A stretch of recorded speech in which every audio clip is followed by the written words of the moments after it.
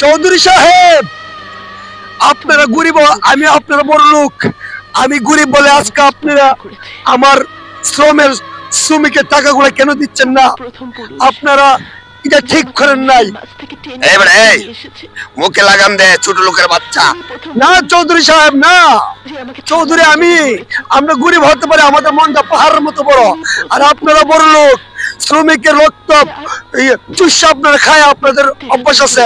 কারণ গরিবের ঠিক মতো টাকা পয়সা কেন দেন না সেটা আমি জানতে চাই। এই ছোট লোকের বাচ্চা, তুই আমার চিনিস? আমি পুরা ঢাকা শহর, আমার জায়গা জায়গায় আমার হেল্পার আছে, কারিগর আছে, সবকিছু আছে। আর তোর মতন একটা 2 টাকার চাকর কথা শুনে আমার মাথা গরম হয়ে গেছে।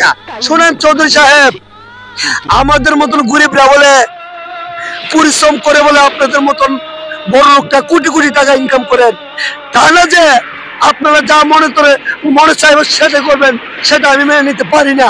এক ছোট লোকের বাচ্চা, তুই কি আমার রুমে থেকে বাড়িবে? বাহ চৌধুরী সাহেব, বাহ, বাইরে যাবো সমস্যা নাই, কিন্তু যাবার আগে একটা কথা বলে যাই।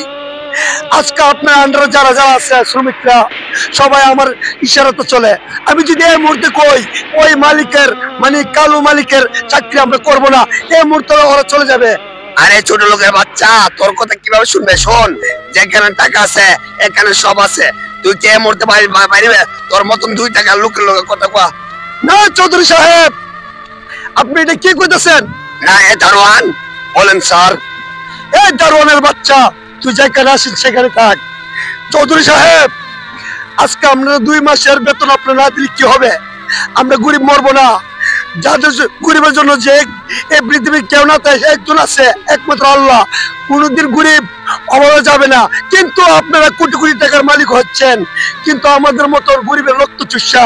কিন্তু দ্বিতীয়বার আর কখনো আমাদের মতো শ্রমিক পাবেন না, কথাটা মনে রাখেন। যা ছোট লোকের বাচ্চা, যা।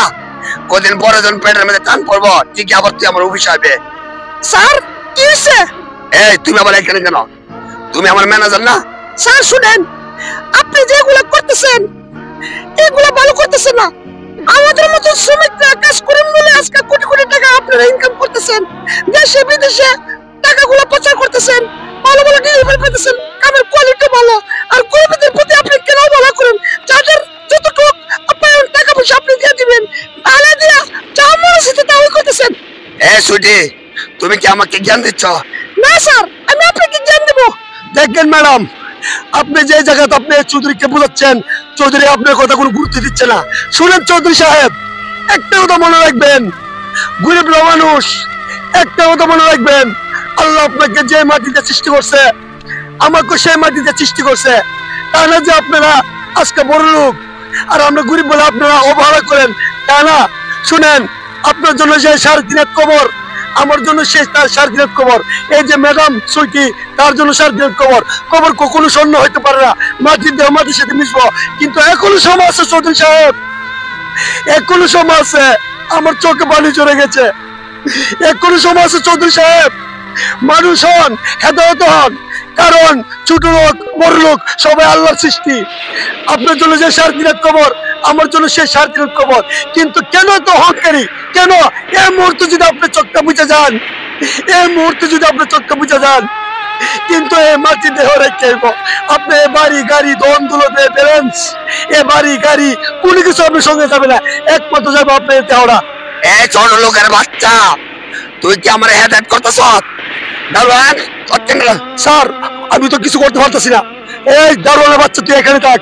কথাটা মনে রাখতেন, আসি চৌধুরী সাহেব, কথাটা মনে রাখতেন চৌধুরী সাহেব।